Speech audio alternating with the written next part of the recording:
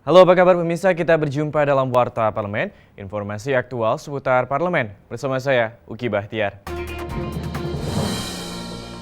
Pemirsa, kita masuk ke informasi yang pertama. Usai disahkannya rancangan undang-undang tentang ratifikasi Paris Agreement mengenai perubahan iklim, Komisi 7 DPR RI mendorong pemerintah untuk mengalokasikan dana tambahan di Kementerian Lingkungan Hidup dan Kehutanan khusus dalam pencegahan pemanasan global. Kita simak informasi selengkapnya.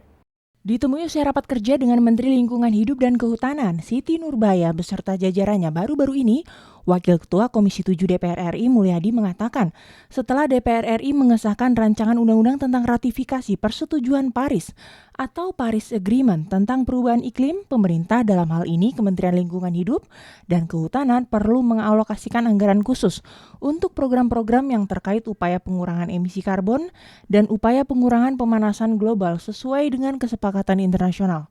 Konferensi tingkat tinggi PBB tentang perubahan iklim atau Conference of Parties COP ke-21 menyepakati negara-negara dunia berkomitmen menjaga ambang batas kenaikan suhu bumi di bawah 2 derajat Celcius dan berupaya menekan hingga 1,5 derajat Celcius. Ke depan khususnya anggaran untuk perubahan iklim yang ratifikasinya baru saja kita sahkan menjadi undang-undang Paris Agreement.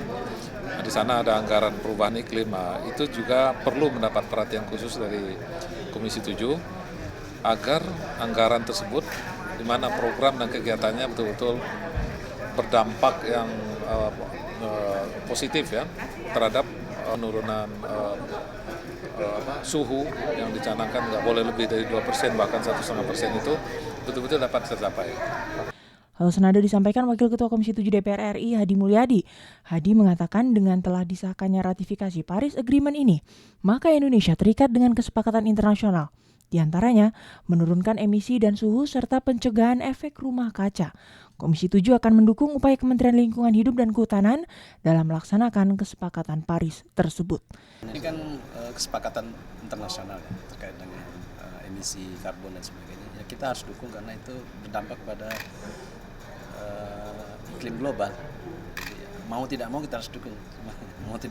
Karena kalau tidak ini akan membuat masalah bagi lingkungan secara global. Zikri dan Samsul, TVR Parlemen melaporkan. Pemirsa, informasi selanjutnya datang dari Komisi 8 DPR RI yang meminta Badan Nasional Penanggulangan Bencana untuk memperhatikan persoalan buruknya sarana dan prasarana di barak pengungsian di sejumlah daerah yang terkena bencana. BNPB juga harus memberikan pelayanan terhadap pengungsi pasca terjadinya bencana. Berikut kita saksikan informasi selengkapnya. Komisi 8 DPR RI menggelar rapat kerja dengan Badan Nasional Penanggulangan Bencana atau BNPB. Komisi 8 mendesak BNPB untuk meningkatkan kualitas penanganan dan pelayanan terhadap para pengungsi korban bencana saat bencana terjadi maupun pasca terjadinya bencana. BNPB juga perlu mengupayakan program pencegahan bencana.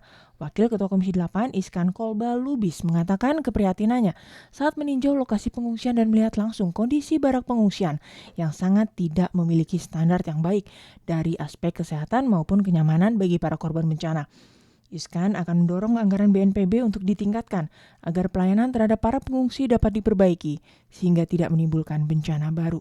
Tendanya tidak standar, ada bisa masuk umpamanya nyamuk, itu kan bencana lagi. Kemudian tidak clean, tidak bersih, sebenarnya kan dibuat pasir dulu, kemudian air yang diminum tidak standar, makanannya juga tidak standar. Sebenarnya kan kalau seperti di Jepang itu kan mereka sudah nyiapin ketika terjadi bencana makanan berbentuk di kaleng, itu sangat clean dan sangat sehat.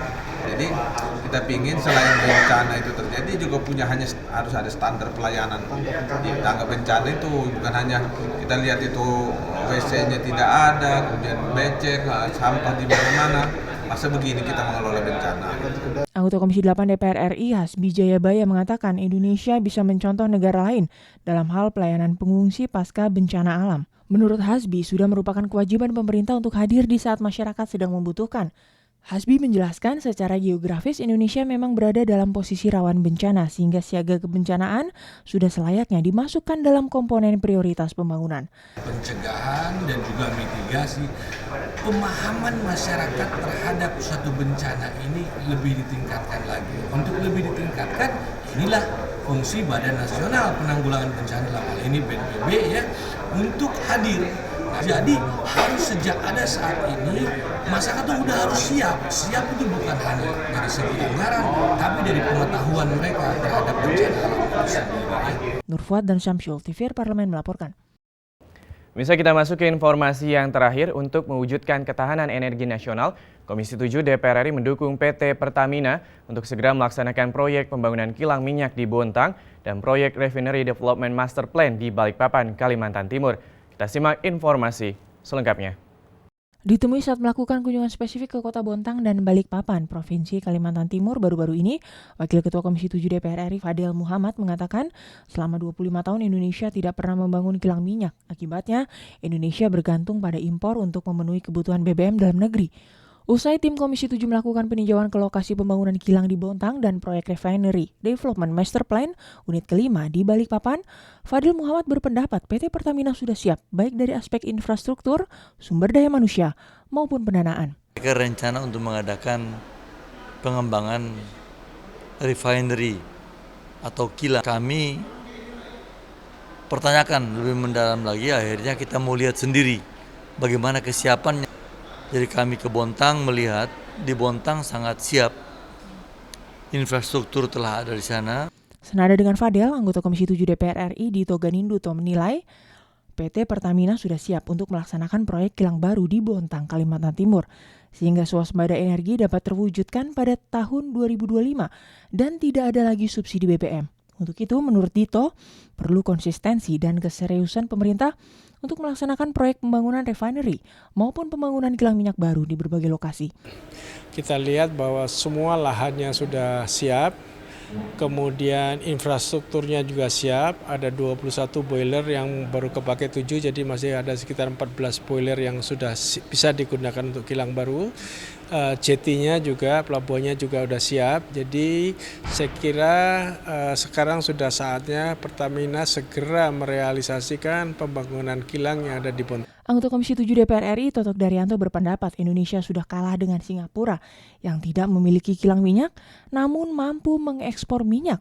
Untuk itu dirinya mendorong Pertamina segera membangun kilang minyak di Bontang, Kalimantan Timur. Ini untuk memberi dukungan kepada Pertamina agar mereka lebih mantap ya untuk segera membangun refinery di Indonesia. Indonesia harus segera memenuhi kebutuhan sendiri di bidang BBM dan membangun refinery di berbagai tempat terutama. Dari Provinsi Kalimantan Timur, Nuki Tampu Bolon, TVR Parlemen melaporkan. Bisa demikianlah Warta Parlemen edisi kali ini. Sampai jumpa pada Warta Parlemen berikutnya. Terima kasih atas perhatian Anda. Wassalam.